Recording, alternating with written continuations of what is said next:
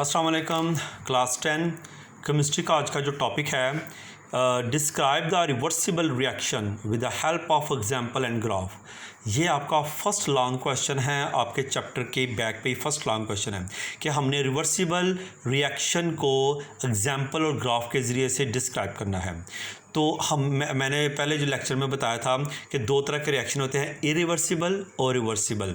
Irreversible वो reaction होता है जो कि मुकम्मल तौर पे कंप्लीट माना जाता है, जबकि रिवर्सिबल रिएक्शन में दो चीज़ें होती हैं, फॉरवर्ड रिएक्शन और रिवर्स रिएक्शन। फॉरवर्ड रिएक्शन और रिवर्स रिएक्शन। तो फॉरवर्ड रिएक्शन में जैसे मैंने आपको बताया था कि हाइड्रोजन और आयोडीन जब आपस में रिएक्ट करते हैं तो ये हाइड्रोजन आयोडाइड बना देते हैं। ठीक है, ये दोनों मिलके जो चीज़ बनाएंगे हाइड्रोजन आयोडाइड, ये फॉरवर्ड रिएक्शन होगा। और जब हाइड्रोजन आयोडाइड वापस टूट के हाइड्रोजन और आयोडीन बनाती है तो ये रिवर्स रिएक्शन होता है। तो रिवर्सिबल रिएक्शन में ये दोनों होते हैं। होता ये है कि जब ये प्रोसेस हो रहा होता है, जैसे ये इन दोनों को जब इकट्ठा करें तो ये hydrogen iodine reversible reactions to 2HI ये बन जाता है। तो पहले होता है फॉरवर्ड रिएक्शन। फॉरवर्ड रिएक्शन शुरू में बहुत तेज़ होता है, rate of forward reaction is very fast at the initial stage. Initial stage पे ये बहुत फास्ट होता है, जबकि रिवर्स रिएक्शन ना होने के बराबर होता है। फिर क्या होता है, आहिस्ता आहिस्ता से फॉरवर्ड रिएक्शन स्लो डाउन हो जाता है और रिवर्स रिएक्शन स्पीड पकड़ लेता है।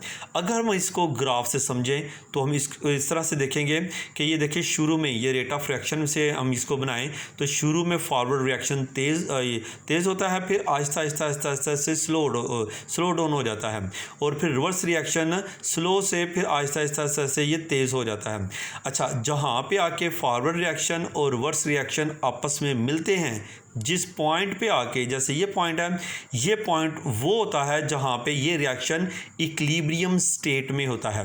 यानी इस पॉइंट पे फॉरवर्ड रिएक्शन और रिवर्स रिएक्शन दोनों बैलेंस पोजीशन में होते हैं।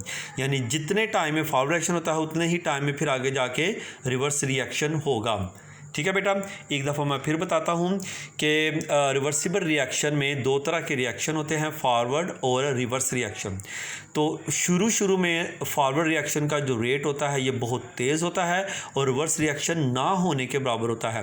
फिर gradually forward reaction slow down हो जाता है और रिवर्स रिएक्शन स्पीड अप हो जाता है, जैसे कि इस ग्राफ में क्लियरली बताया जा रहा है कि फॉरवर्ड रिएक्शन तेज़ होगा, फिर आहिस्ता आहिस्ता स्लो हो जाएगा, फिर जो रिवर्स रिएक्शन है ये आहिस्ता आहिस्ता से स्पीड अप हो जाएगा।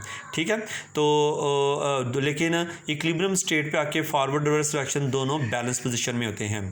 ठीक है जी। अच्छा, बुक के अंदर कैसे करना है ये आपको मैं दिखाने लगा हूँ। जितनी भी नई बुक मार्केट में आई हैं वहाँ पे ये वाला जो पैराग्राफ है जो मैं आपको दिखा रहा हूँ, ये पैराग्राफ नहीं है। इसकी जगह पे उन्होंने ये वाला जो पैराग्राफ है इसको 2 टाइम लिख दिया हुआ है, यहाँ पे भी ये लिख दिया हुआ है और इधर भी लिख दिया हुआ है। आपने क्या करना है, ये वाला पैराग्राफ ये वाला आपने करना है, इसको मैं एक दफ़ा पढ़ देता हूँ। इन reversible reaction dynamic equilibrium is established before the completion of reaction.